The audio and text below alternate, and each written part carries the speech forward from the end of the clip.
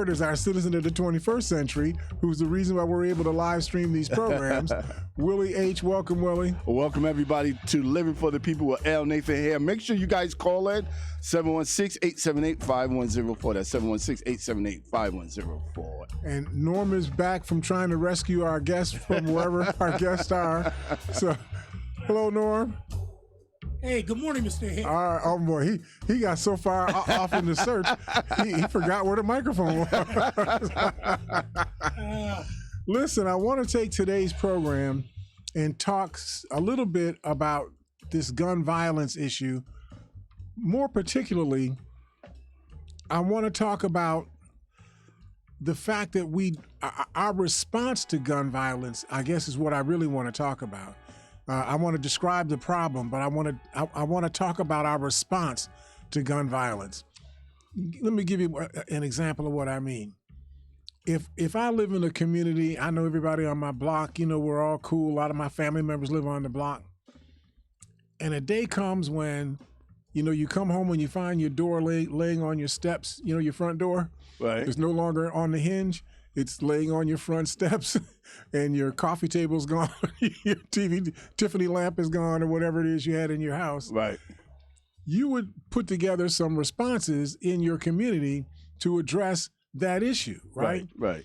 And it would be a very focused response. We need to have people paying attention to each other's homes. Right. If you're not working, you should be looking during this hour and this hour. Somebody else should be looking in this hour and this hour. You want to try to pull that, together. You want to organize that.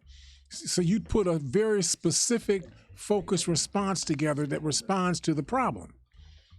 Well, we have gun violence going on in this country out the yin-yang. And our response to the problem is not even a response. We give rhetoric towards, the bad feelings that we have because somebody dies, but we don't do anything about the fact that the person has died.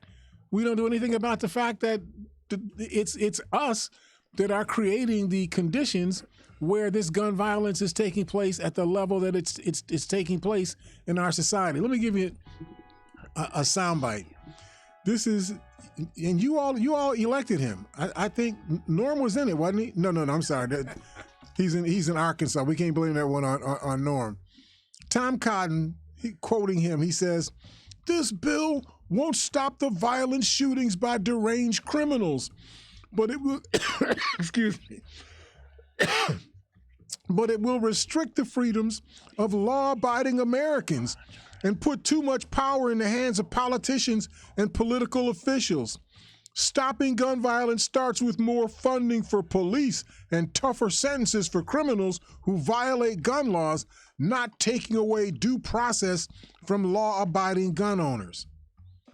Now, there are some people who think that, let's see, how does gun violence occur? A person gets a gun, they get upset about whatever they're upset about, they point the gun at somebody and pull the trigger and kill somebody. Now, what's the one thing that you can do that would absolutely ensure that would never happen again? See, now Norm's mic is off, but it's okay. We heard what Norm said. You take away the gun. If you don't have a gun, you can't pull the trigger. So the first line of defense would logically be reducing the number of guns that exist in a society in the first place. But that's not what we do. Here's one of your other people that you elected. I know y'all get mad when I quote people. Who was this? Well, I'll come back to that in a second. The Washington Post has an article about Republicans are real soft on crime. It says Republicans have spent a decade or more adopting gun-crazy laws in states across the country. Since 2021, 11 GOP-led states, Republican-led states, have passed permitless carry. That means you could carry a gun in your pocket with, a loaded gun in your pocket. You can cover it, with your coat. Maybe you could be like those kids down in, Columbine, with the long guns, but you have a big, warlock type coat on. You could do that, and that's legal in 11 states right now. Permitless carry, enabling essentially any adult to carry a loaded semi-automatic firearm without a permit, without training, without character references, without even any rudimentary oversight of any kind, without any locks on their guns, no requirement that your guns be locked away someplace, nothing, no control whatsoever. In some states, a man convicted of reckless driving can legally walk into a bar carrying a loaded gun. But I got guests today, and I want to have our guests have a little say about what we're talking about because, you know, these are people that know stuff about stuff. Our producer is here, James Braun. Can we get him on the mic so people can hear his voice? Good morning, sir. Hey, James, how you doing out there? Good morning, Mr. Hare. Outstanding. And I understand your nephew is with you, right? Robert. Robert, can I see Robert? Can he raise his hand? They got so much equipment in front of me, I can't see him. Is that? He's not here yet. Oh, he's not here yet. Who's that I see behind Norm? Norm. No, we wanted her to come up. She says she don't want to be on. She doesn't want to be on the air. It's okay. It's okay. Don't worry. We don't imprison people. This is not. Well, I'm not even going to say what I was about to say. That would be wrong. But we don't imprison people here. You're free to say, to speak or not speak. That's a form of speech too, right? True that. Okay. So James, you know, we're talking about this gun violence issue. We had an incident take place in May in a country called Serbia. Now, I know a lot of us are not real focused on European history, but Serbia used to be a part of what used to be called Yugoslavia. Yugoslavia is the union of Slavic republics. They all came together during the post-World War II era where the Soviet Union took control over a lot of Eastern European countries. Yugoslavia was one of the countries that formed out of that process. As they broke up, when the Soviet Union broke up in the early 1990s, Yugoslavia also broke up. You know, Tito, who was, I think, the president at that time, wasn't able to keep control over all of those 10 or 11 Yugoslavian states. Croatia? Croatia was one of them. Albania was one of them. Bosnia-Herzegovina is one of them. You know, there's a bunch of them. And, of course, you had a lot of illegal guns, unregistered guns, because you barely had governments in those places, let alone, you know, registration systems for firearms. Yes, sir. But once all of that stuff settled, now you got fairly organized states, but the guns that emerged in that society are still there. And people got used to having semi-automatic, automatic, hidden, non-hidden, you know, they got, you know, every kind of weaponry you can put your hands on all throughout the society. They got mines, you know, and so on. And so what happened I think his name is Vucic, is the president of Yugoslavia right now. He was sort of a Donald Trump type person, you know, real aggressive about, you know, our people, you know, against illegal immigration. You know, he was very focused on that, you know, gun rights, you know, and so on, until this incident happened.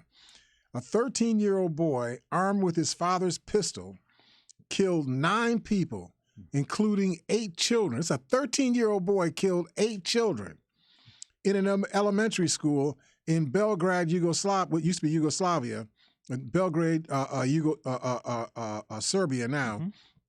And this was on May 3rd of this year. Just one day later, a 20-year-old boy killed 8 and injured 14 people in a rampage through a town just south of Belgrade.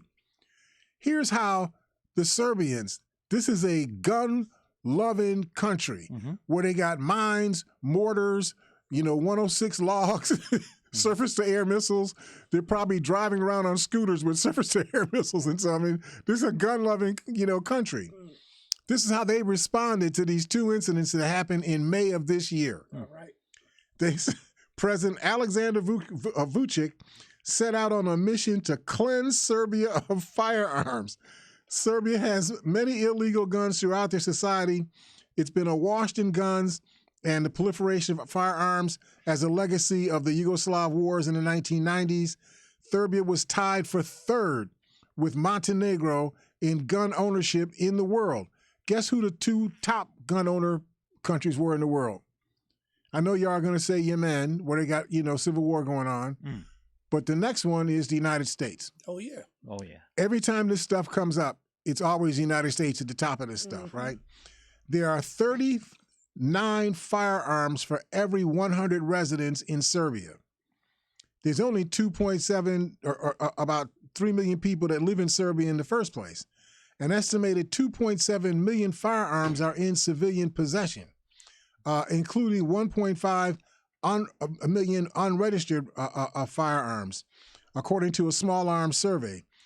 But Vučić, to his credit, even though he was a gun-loving, gun-promoting, Donald Trump chest-thumping,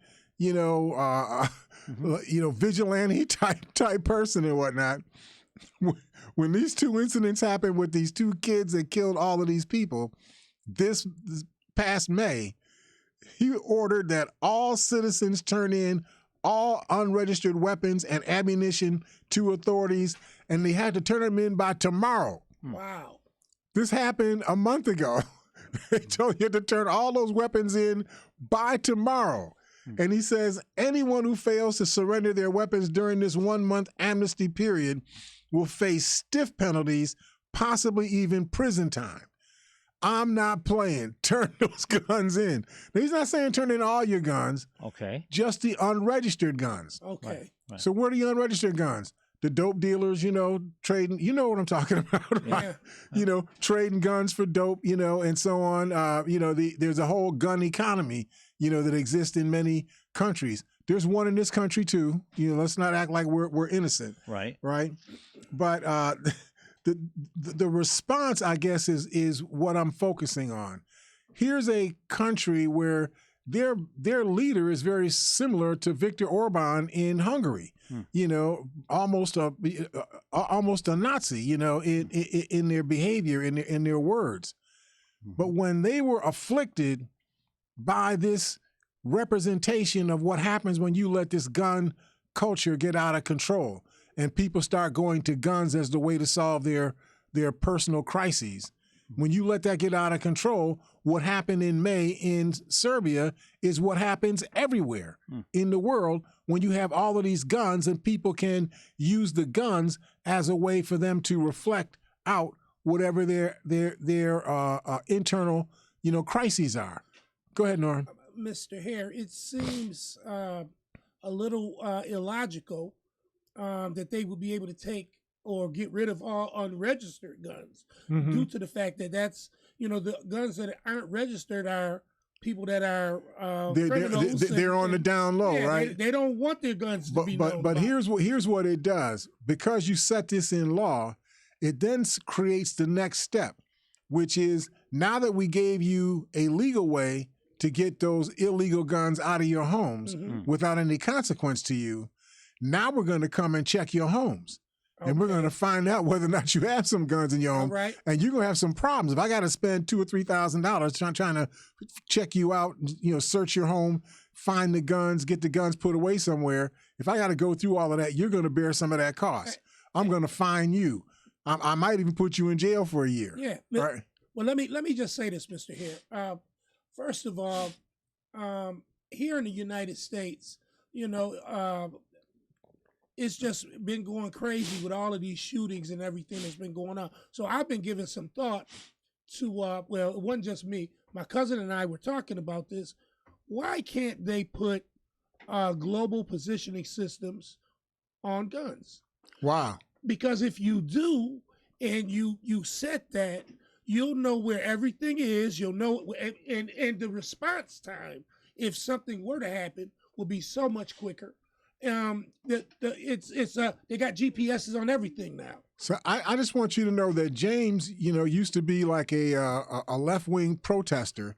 He would have signs, saying give peace a chance, and so on, right? That's all we are saying, Mr. Hare.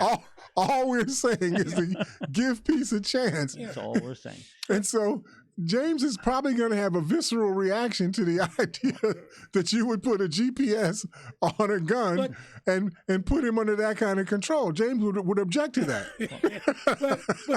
And you know how much, first of all, the gun manufacturing companies would make even far more money with the idea, and we would alleviate, or I would say, in a sense, bring a huge problem to a point where we could kind of monitor it a little bit better. Well, So- let me bring my ally from the 20th century into the conversation.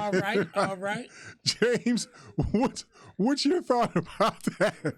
That all the guns you have, the registered ones, the unregistered ones, the ones you got broken up into pieces, all got GPS technology on them, so everybody can find out where the gun went and where you went, with the gun. Mr. Hare, I was looking at the script, and Congressman Tom Cotton, and he was talking about a speech that President Biden made, and he seemed to associate people who are talking about, guns and making stronger laws against guns, almost taking away rights from law-abiding citizens, and tying this to against police officers. That's, Right. That's what Tom Cotton is saying. He's saying that the problem isn't, guns.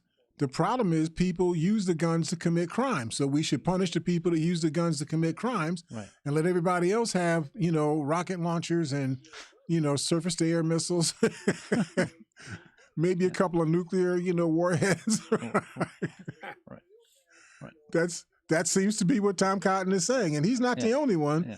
Tommy Tupperville, from Mississippi, they're all talking the same craziness.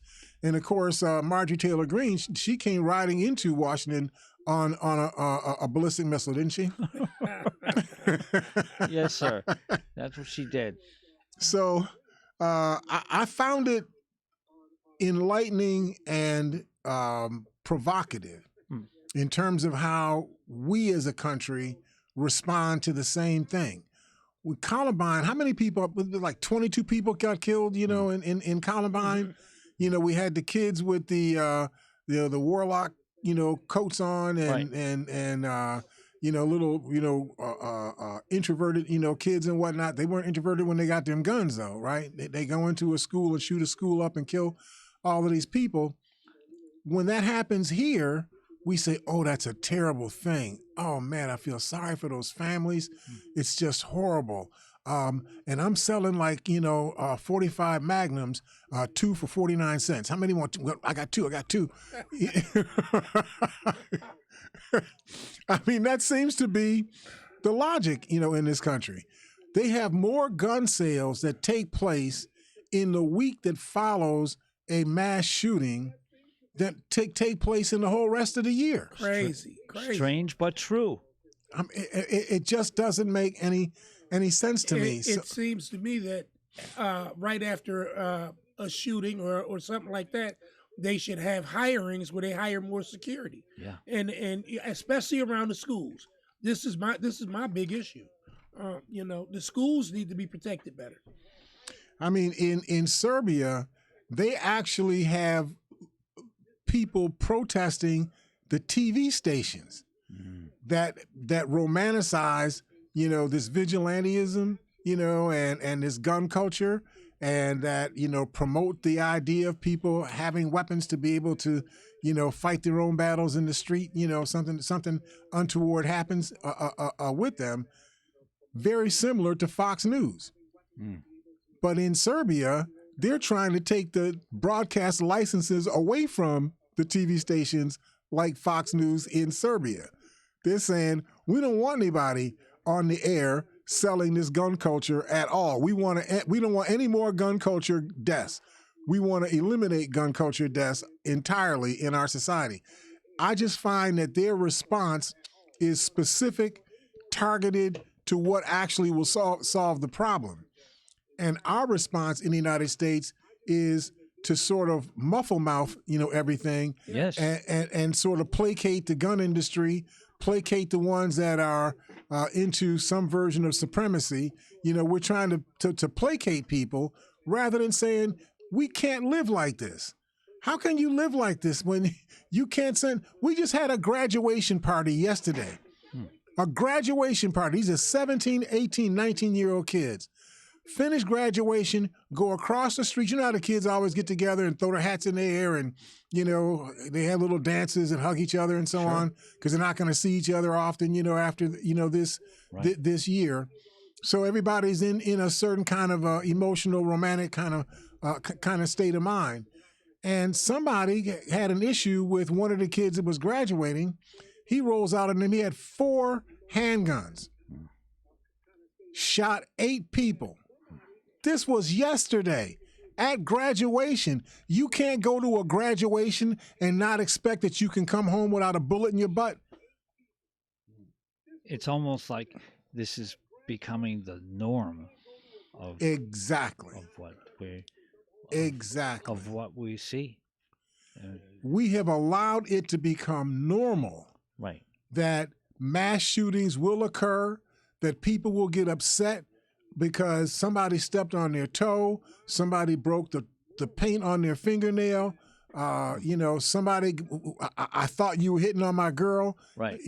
Oh, that was her. I didn't know that was her. I thought that was my girl you were hitting on. You looked at my bicycle. There you go. No. Right? I mean, and that's a crime. It's insane. Looking at somebody's bicycle, you should get your head blown off for that. Right. It's that sort of stuff that we have allowed to occur in the society, and we're not doing anything about it. So, is it just me? So many Serbs were protesting in the streets. They were saying they believe it is more necessary to address the root causes of violence rather than taking measures such as stricter gun laws. I get a little puzzled about that. What are the root causes of gun violence?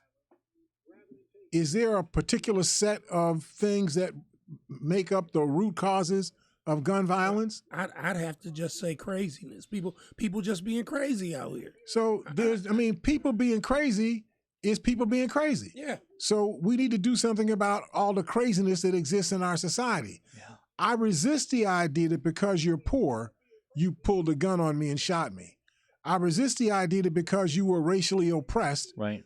that you pulled a gun on me because I got into line ahead of you, trying to get a ticket, to the baseball game. Right.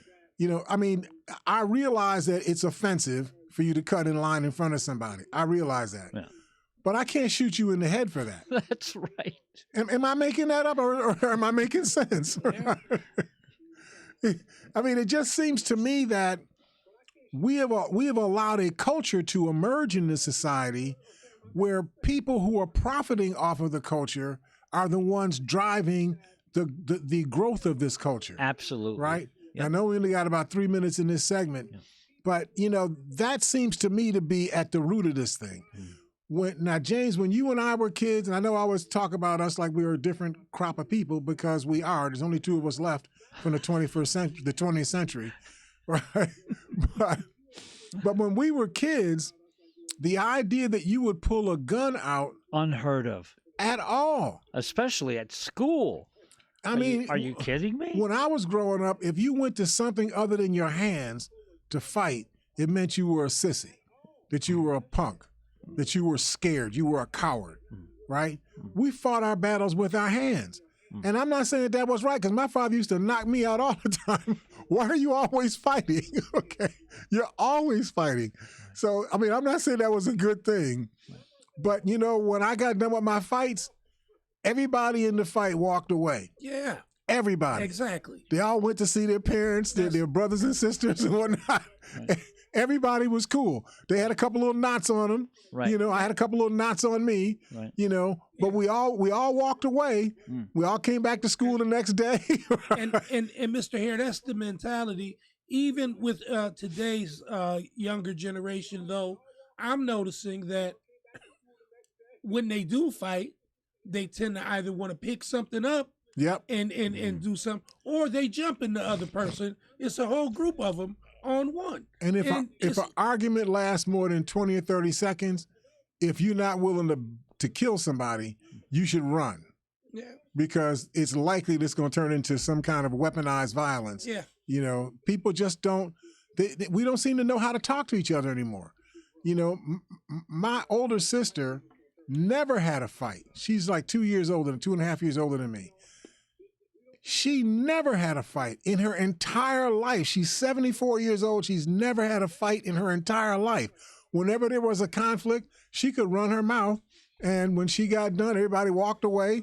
Whether they felt they got what they wanted or not, they all walked away and nobody got hurt. Everybody knew Nate Hare was around. Well, that was, you know. Everybody knew. There was a consequence.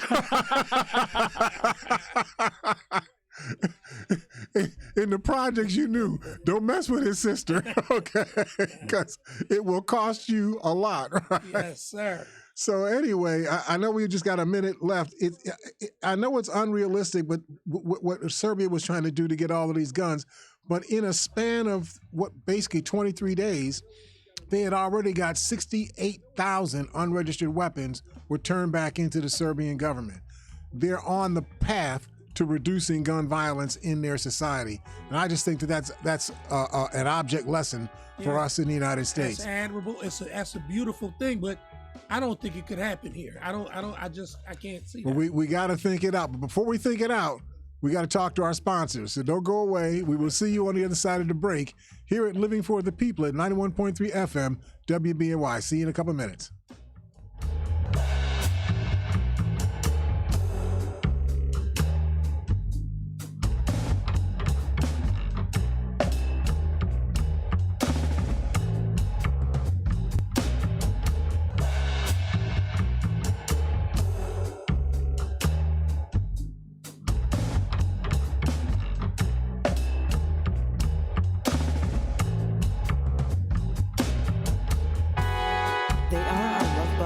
Companions. They are our pets, our family, and they make life better. When we face unexpected challenges, so do our pets. That's why we're on a mission to support people and their pets. Whether donating a bag of kibble, sharing an Instagram post of a lost cat, or welcoming a foster pet into your home, every bit of kindness counts.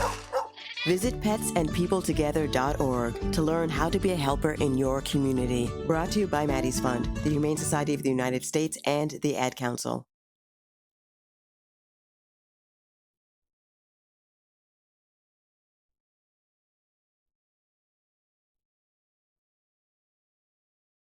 Some people won't give you the real talk on drugs, but it's time we know the facts. Fentanyl is often laced into illicit drugs and used to make fake versions of prescription pills. You can't see it, taste it, or smell it. Suppliers mix fentanyl into their products because it's potent and cheap, and the dealer might not even know. Keep yourself and others safe by knowing the real deal on fentanyl. Get the facts. Go to realdealonfentanyl.com. This message is brought to you by the Ad Council. One day, I'll teach chemistry to kids. I'm going to be an architect.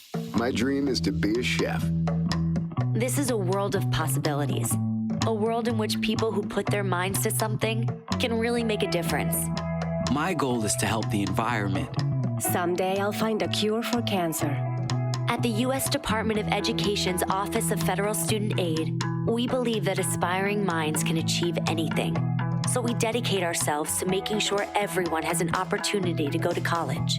Each year, we provide more than $150 billion in grants, loans, and work-study funds, making higher education possible for anyone at any stage of life. I can go back to college. I can change careers. I can make a difference. Federal Student Aid, proud sponsor of the American Mind. Learn more about money for college at studentaid.gov. They are our love bugs and companions. They are our pets, our family, and they make life better. When we face unexpected challenges, so do our pets. That's why we're on a mission to support people and their pets. Whether donating a bag of kibble, sharing an Instagram post of a lost cat, or welcoming a foster pet into your home, every bit of kindness counts. Visit petsandpeopletogether.org to learn how to be a helper in your community. Brought to you by Maddie's Fund, the Humane Society of the United States, and the Ad Council. Ready for radio that's challenging, innovative, and encouraging? Tune in, Living for the People. This is L. Nathan Hare. Join me right here, 91.3 FM WBNY. Mondays, Wednesdays, and Fridays at 9 a.m. after Amy Goodman's Democracy Now! We'll provide objective analysis regarding current issues. Call 878-5104. It's Living for the People on 91.3 FM WBNY.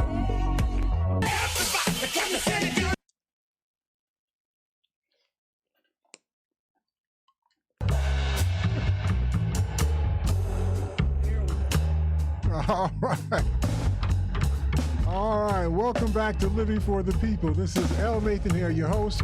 We're here with Norma Carter, who is our in-studio audience of one. We're here with Willie H., who does the live streaming of the program. Welcome back, Willie. If you give us a little tone down on the, there we go. And so we have a couple of special guests that have added to our program. And Joseph, what's your last name? Oh, I'm Rob. Oh, Rob. Yeah. What's your last name? Evans. Rob Evans. He's the nephew of Kathy. He's my son. Right. He's James' nephew. James' nephew. Your son. My son. What's your last name, Kathy? Evans, or Braun Evans. Okay. Braun You guys are all the same family. Mm-hmm. Yeah. Oh, that's good. Yeah. Okay. Yeah. We have to work with people like me, to kind of catch up. Right? So we're talking about gun violence, and let me scale the problem a little bit for you so that you all understand why I get so animated about these kinds of issues. In 2021, this was the second year of the pandemic. We had over 48,000 people die to gun violence. That was actually 23% higher than the year before. During the pandemic, we killed more of each other. During the pandemic, we were all dying in the street. We killed more of each other than we did when we weren't in the pandemic. Something just doesn't seem right about that to me, right? We killed more kids. In fact, the number one cause of death for a kid age 1 to 17 in this society today is gun violence. A child is more likely to die from us or from each other. In fact, now they die from each other. See, when I was a kid, we didn't have guns. I know you're a martial arts person, but are you a martial arts person that uses a gun to do the martial arting? No, I don't think that makes sense. That doesn't make any sense. No. So, Rob, from your perspective as a young person, I mean, I know you're maturing into adulthood, but slowly, and take your time. Okay, there's no reason to rush. Okay, because old age is hunting all of us down, right? So you don't want to take you don't want to do this too quickly.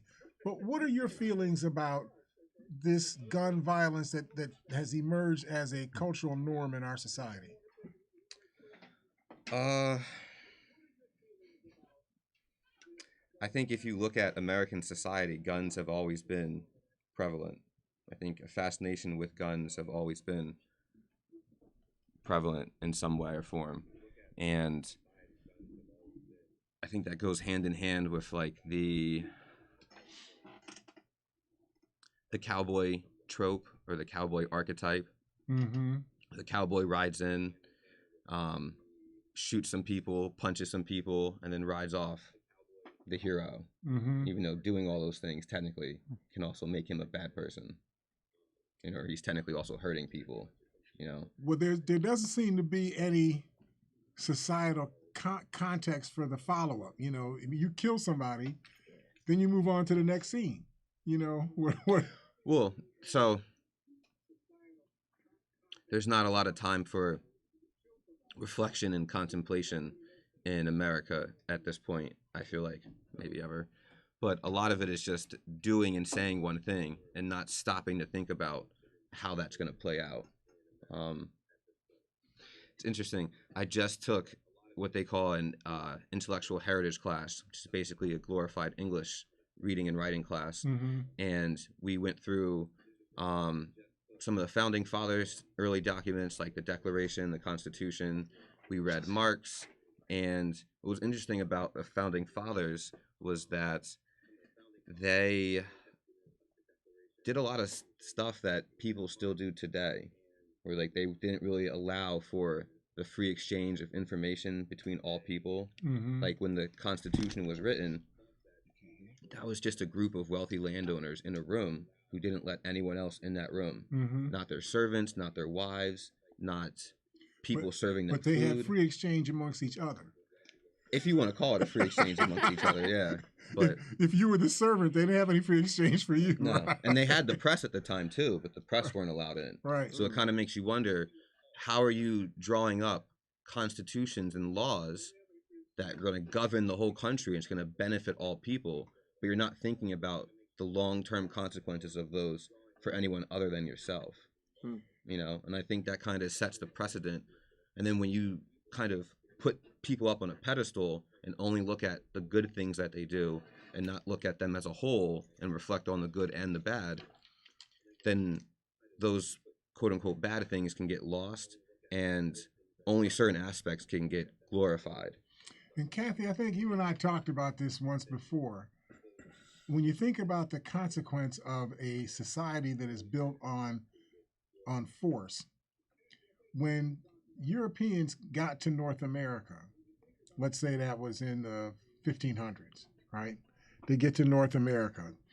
According to the research that I looked at, there were something in the area of 25 to 30 million people living in North America when this particular class of Europeans arrived. I know there were other people that came before them, but for this particular class of Europeans to arrive, there were some 25 to 30 million people in North America. Another 25 or so million people living in South America. You're talking about indigenous people. Indigenous people, right. The people that were here first. Right. The interesting thing is Real Americans. the experience is different. The English and the Dutch were the people that conquered North America. The Spanish and the Portuguese were the people that conquered South America. They were both enslaving cultures. Yep. But in South America, almost all of the indigenous people are still here. There may be 10%, 15% of their people were killed, but the rest are still here, speaking their own languages, maintain their own culture, and so on. In North America, out of those 25 to 30 million people that were already here, only about 2 or 3 million of those people are left. Somewhere between 90 and 95% of those people are dead. Now, there's something that needs to be studied here. Well, besides, like, disease is a real contributor to that. Like the fact that Native people here never had smallpox, never had a couple other diseases, and then when they were brought over by Europeans, it devastated Syphilis, them. venereal disease. Actually, I think syphilis was given from the natives back to the Europeans. So a little. Phew, I think I ducked that little one. Revenge. But no, so I think it comes back to the idea that America was like conquered and was taken with force from the native. It was wrested away from the savages who didn't know what to do with it, and it had to be done by force. So it kind of reinforces that idea that if someone's not giving you what you want, you just take it. That's kind of like the idea of the founding fathers. They weren't being given a fair deal by England or whatever, so they just took their freedom. And they romanticized this thing to the point where they made it seem like, well, the reason why we were able to get away with this is because God made us the ones to get away with this, right? I mean, we were ordained to be the superior people, the ones on top. How do we know? Because we're the ones on top. That's how we know that we were supposed to be here, because we're there. Yeah. Right? Yeah. It's basically just rationalizing what's already a kind of a status quo thing. It's literally just rationalizing so that you can make yourself feel better. Yeah. But bringing it back to like guns. Right. Let me just say, as a woman. Yep. Testosterone. I mean, I'm just saying so much more gun violence. I want all you men out here to know that Kathy is blaming it on our testosterone why we're as crazy as we are.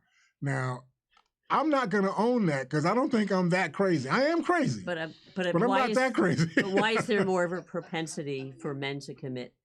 Not always, but commit these acts of Because violence. we were invented to be a little bit crazier than you are so that we could kill more things and we could conquer more things. Otherwise you wouldn't have the refrigerator that you have right now.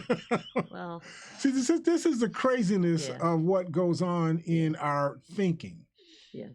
Just as Rob said, we justify the outcome. We justify the process that led to the outcome because we're okay with the outcome.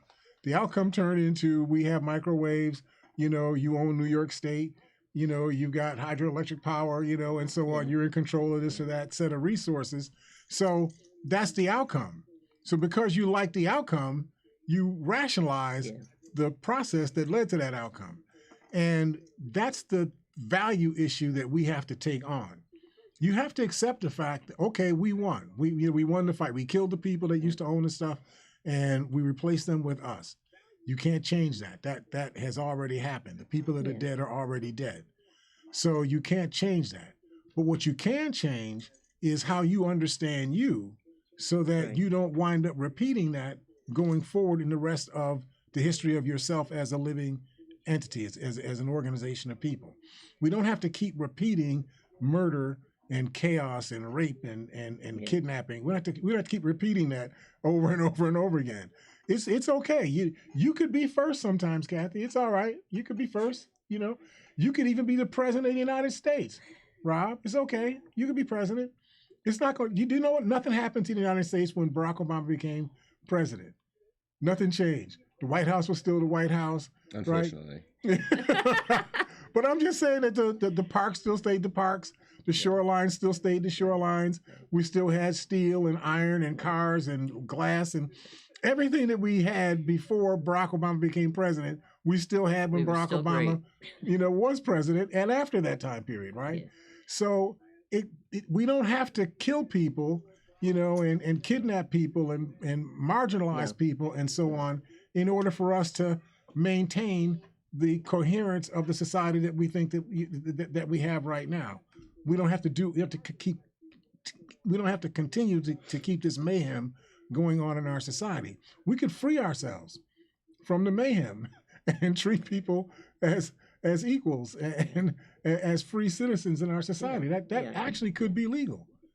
I know it's written in our Constitution, but we didn't mean that part of it. Yeah, but getting back to your point about why did gun violence spike so much during the pandemic and violence in general, in my hometown in Pennsylvania, in Abington Township, our NAACP Police Advisory Council to our police department, we collaborated, and they were very open about it. And they said when the pandemic happened, they saw things that never before. There was a huge spike in domestic violence. There was a huge spike in child abuse and also in gun violence because people were losing their jobs. They were home. The kids couldn't go to school. There was all kinds of pressure that they hadn't been exposed to before, and not knowing where you're going to get your paycheck, not knowing how you're going to provide for your kids. Plus your kids are there. Now you have to take on the role of being this teacher, caregiver, for your parents, for your organizer, orchestrator, just putting up with all of the various behaviors of kids. Yeah, and your spouse. You know how Rob used to act, right? No, okay. I was a perfect child. I don't know what you're talking about. By the way, if people want to call in today, 878-5104, and you can get in on this interesting conversation. Absolutely. We want as much input from you all as we can get. It's so important to keep this aspect of this discussion in mind, that we don't have to be imprisoned by what we have done. Right. You're only a prisoner of what you do, not what you did, because what you did you can't be free of anyway. It already is. Do you know that the Plato's Cave allegory? Mm-mm. No?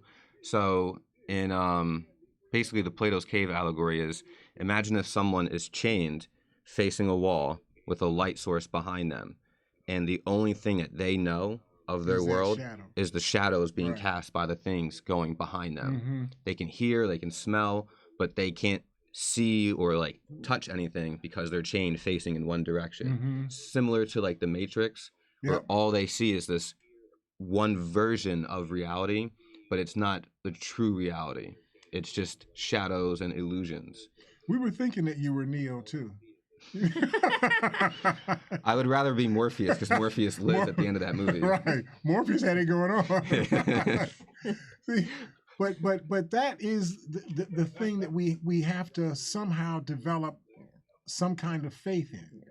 You know, we hear these people talk as if they're these faith-based kinds of people.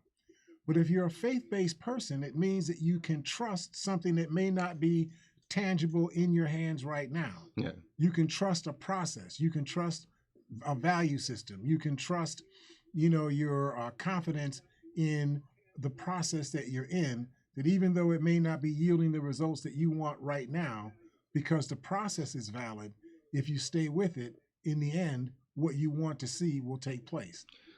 But that's the dangerous thing about faith also, is that you can... Thank you for that.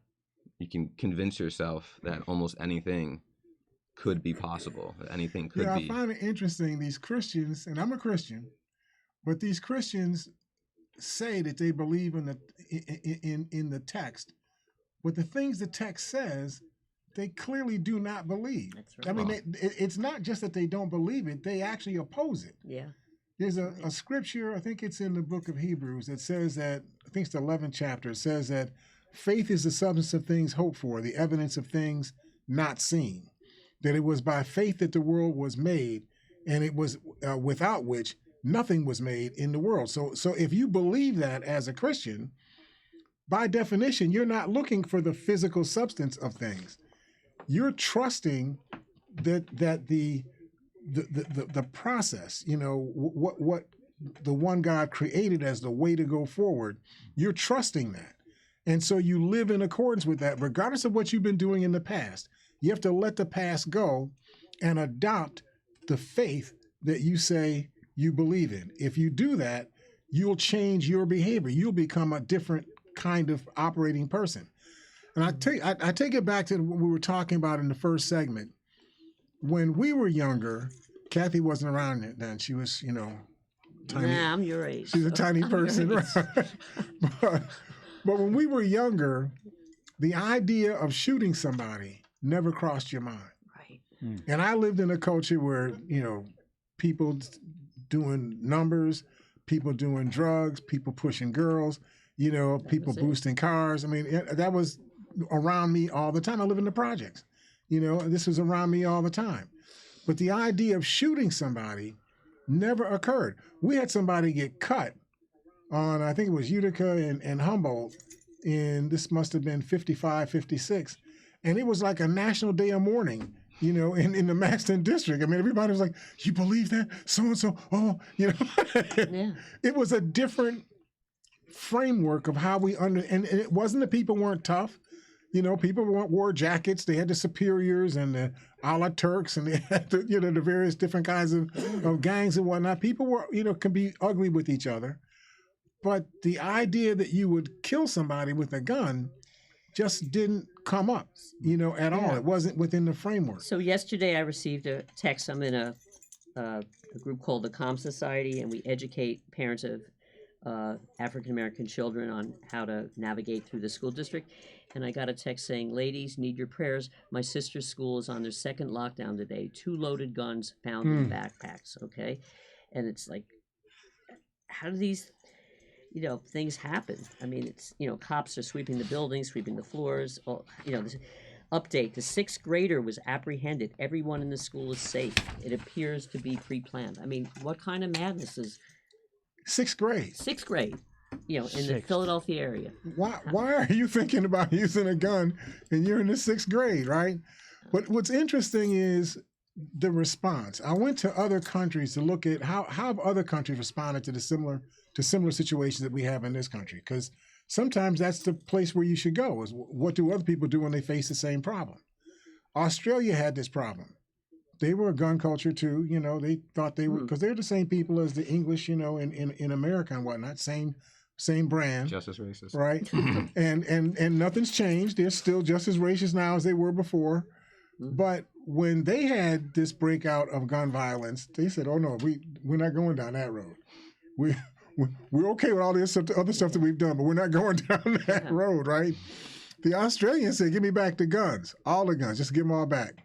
Okay, we'll buy them from you, but you got to give us the guns back. They made so many changes in Australia that, how does they say, they had something called the National Agreement on Firearms, which stiffened licenses for gun ownership, instituted a temporary gun buyback program that removed 650,000 guns from their circulation. After another shooting that took place in Melbourne, this began in April of 1996. In 2002, they had another mass shooting that took place. 6 years it took for them to have another mass shooting. We had a mass shooting in the last 10 hours. Yep. Every day. Every day. Every day it's happening. In Australia, they have had zero mass killings since 1996. All through policy and legislation. All through policy and legislation. They changed their minds. Mm-hmm. That's what it really boiled down to. Wow. They changed their minds. The idea that they were just going to allow this to go on and metastasize in their society, they read the tea leaves and said, this is not the direction that we want to go. Yeah. So they took the guns back, right? And it worked. When we were kids, the English used to not have guns in the hands of the police. That's right. They used to have sticks. They called them batons, right? And the police would chase the crooks. The crooks had guns. The police had sticks. And they would chase the police and beat the police, and the police had the guns, right? But they trusted that process, right? Yeah. We don't trust that process anymore. We go to the lowest common denominator rather than the most desired common denominator. Go ahead. A couple quick things. So this country has perfected capitalism. So that country, Australia, sounds like they haven't perfected their capitalist system. Because in a capitalist society, I can sell you anything, even when it's not good for you. Mm-hmm. So just as easy as it is to make reform and just to make smarter gun laws, if you have lobbyists, if you sell the idea that that's anti-American, that that's anti-freedom, that that's just anti-human, no one's going to go along with that. No one's going to vote for that policy. If you say the words that I'm taking something from you or I'm, doing something that's, quote, un-American, most people lose their mind, and that's just an easy way to keep things stagnant. And that's what a capitalist wants. And remember the theorem. This is also in the Bible, although I say it in a different way. There's a principle that you become what you hear. Mm-hmm. In your Bible, if you go to the book of Romans, and I'm not sure if I got the right book and verse and whatnot, but I think it's the 10th chapter, something right there. It says, faith comes by hearing, and hearing by the word of God.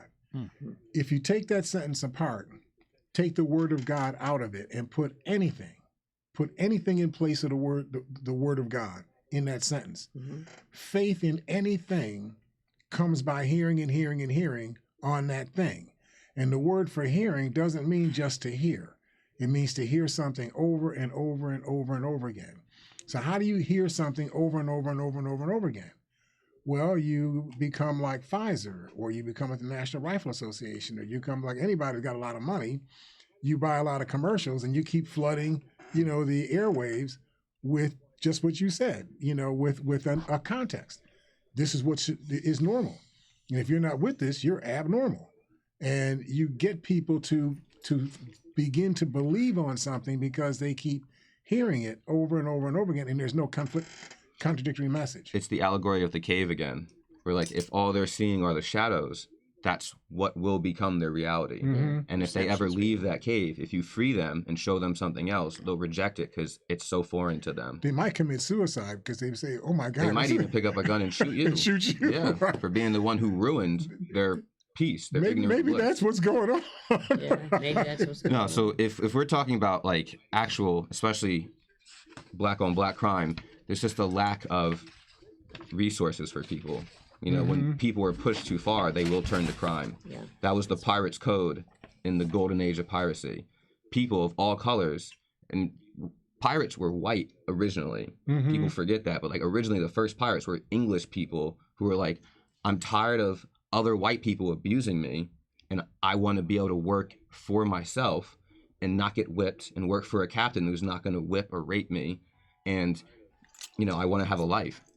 So he wanted to be the one doing the whipping. Well, no. So, like, interestingly enough, at that time, the pirates were very democratic. They actually drafted articles amongst themselves, which every single person had an equal vote on. Right. They all agreed about the shares. Like, the captain only had one extra share than a person, that was agreed upon for every single vessel they took. It was very actual democratic, as opposed to some of the illusionary democracy that we still have today, where people think they have the option to affect things, but they really don't in the same way that they used to, because of so many things that have been passed by lobbyists.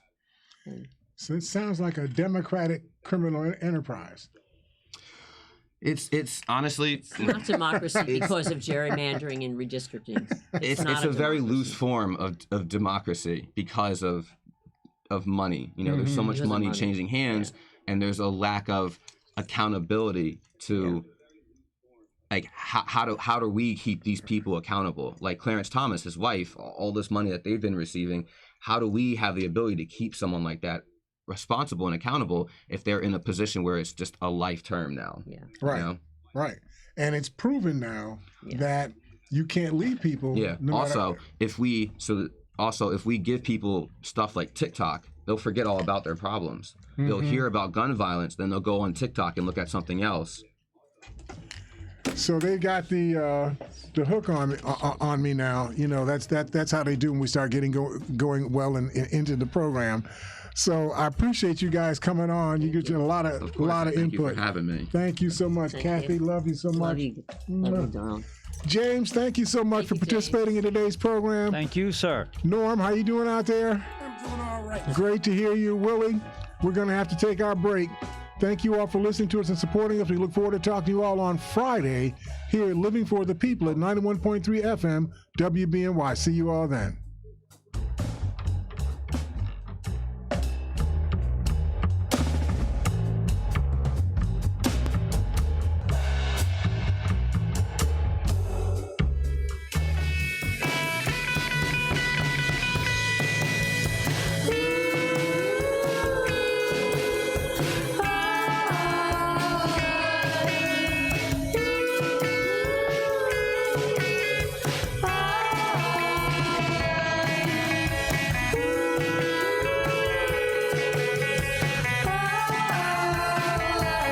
Flowers that you gave me on the table.